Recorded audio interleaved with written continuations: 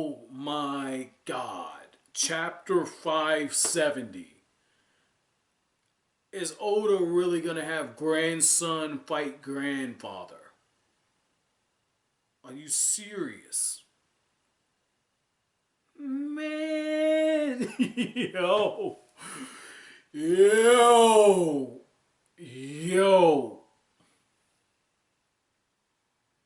I wish I got into One Piece earlier, yo. I swear to God, I wish I got into One Piece earlier. This chapter just blew my expectations. What? Grandfather versus grandson, and you got Garp looking at Luffy, and he's saying like, "Look, Luffy, I hope you understand." I'm paraphrasing, but he says, "I hope you understand. I am a vice admiral. I'm not going anywhere." Like Luffy, the stage is being set. I'm reading it, and everyone's like, "Go, Straw Hat Boy, go, go!" And it's just like to use an old, like, I want to say this came out like in the early '90s. Like, oh man, I'm not even young enough to remember this, man. Like, you got like the old Forrest Gump clip, right?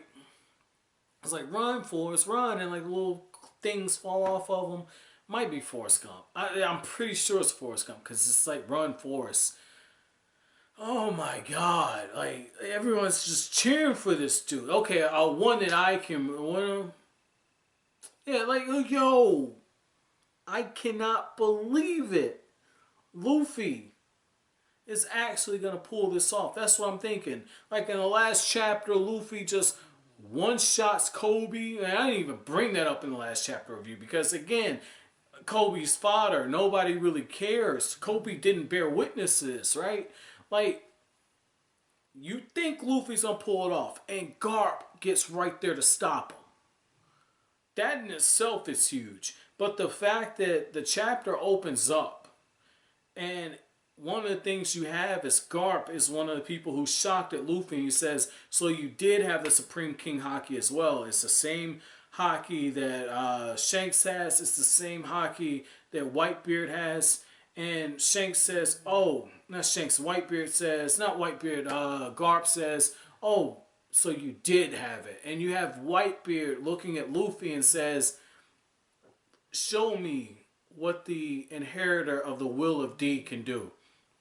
What kind of pirate age will you usher in?" It's Whitebeard passing the torch. Like, Luffy's gonna be one of the four emperors at one point. Like, he's gonna take it up or gonna be offered the position at some point. That's just what I think, simply for the fact that we have something like this going on. Though at the same time, you have Buggy the Clown watching all this, and he says, "I can't believe this. I can't believe it." He's getting all the credit. And so it's like Oda, again, it's the Mr. Satan thing, what Toriyama did with Mr. Satan, where he kind of had him come in, said it's a trick, and got the credit for it. I could see Buggy getting offered the title of one of the four emperors, or if something happens to Boa Hancock, because her standing's been called into question. You know, like the one of the pacifists, I can't remember the name. It's the guy that was working with Kizaru on the archipelago, and he says, like, "Why are you attacking all the Kumas? Why are you doing this? Aren't you one of the seven warlords?" And Boa Hancock says, "Well, love is a hurricane." So could we be seeing something where Boa Hancock joins the Straw Hat, so becomes a Straw Hat ally, loses her title as Seven Warlord? You have the whole thing with Amazon Lily going on, that subplot, and then Buggy just slithers his way in. I could see something like that because Oda does things at a very, very slow pace. A very slow pace. And it's like you have too many different parts moving in. And maybe I'm reaching at this point.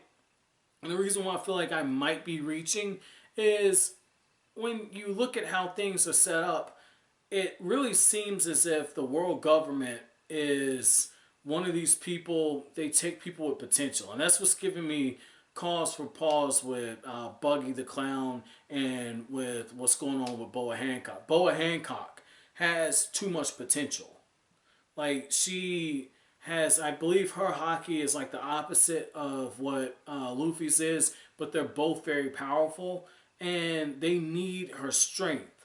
So they need Boa Hancock. But then at the same time, with Buggy, Buggy has nothing to offer, and yet Buggy's probably going to get the credit for this. So what I could probably see happening is Luffy, his bounty just shoots the hell up, and then Buggy probably gets the same thing. And it makes sense too, because Buggy, it wouldn't make sense for the world government to even do anything with Buggy, simply for the fact that Buggy was on Roger's ship, and they're doing everything they can to erase everything Roger related. So that makes sense. So I just debunked my own theory at that point. But what's really crazy about all the stuff that's happened in this chapter is while everyone's getting worked up about the Supreme King Haki, Ivankov realizes. Ivankov says, "Oh shit, this guy doesn't even realize what he's doing.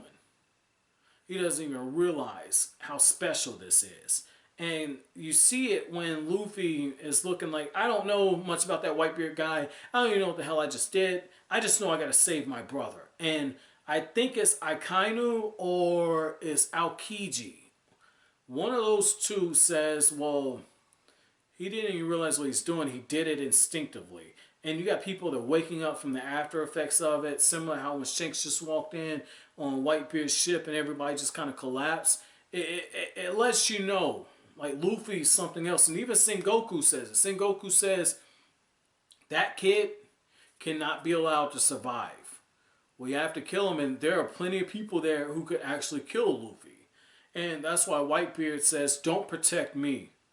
Go protect Ace's brother. Go protect Luffy. Protect the Straw Hat Boy. And this is largely why I think Luffy's going to be offered the 4 Emperor position at some point. Because say Whitebeard does die, okay? Because he's already half dead now. So let's say Whitebeard dies. There's an imbalance in the New World. Luffy has that potential to fill the void, and he's already got that connection with Shanks.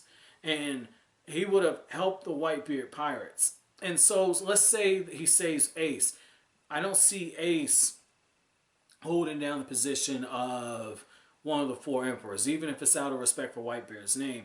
But I could see a scenario where Luffy takes over the position, just has Ace run everything, and Luffy continues his whole thing for King of the Pirates, because in a sense, this would be Ace and the Whitebeard Pirates saying, the old man passed the torch on to you. We're going to help you become the King of the Pirates.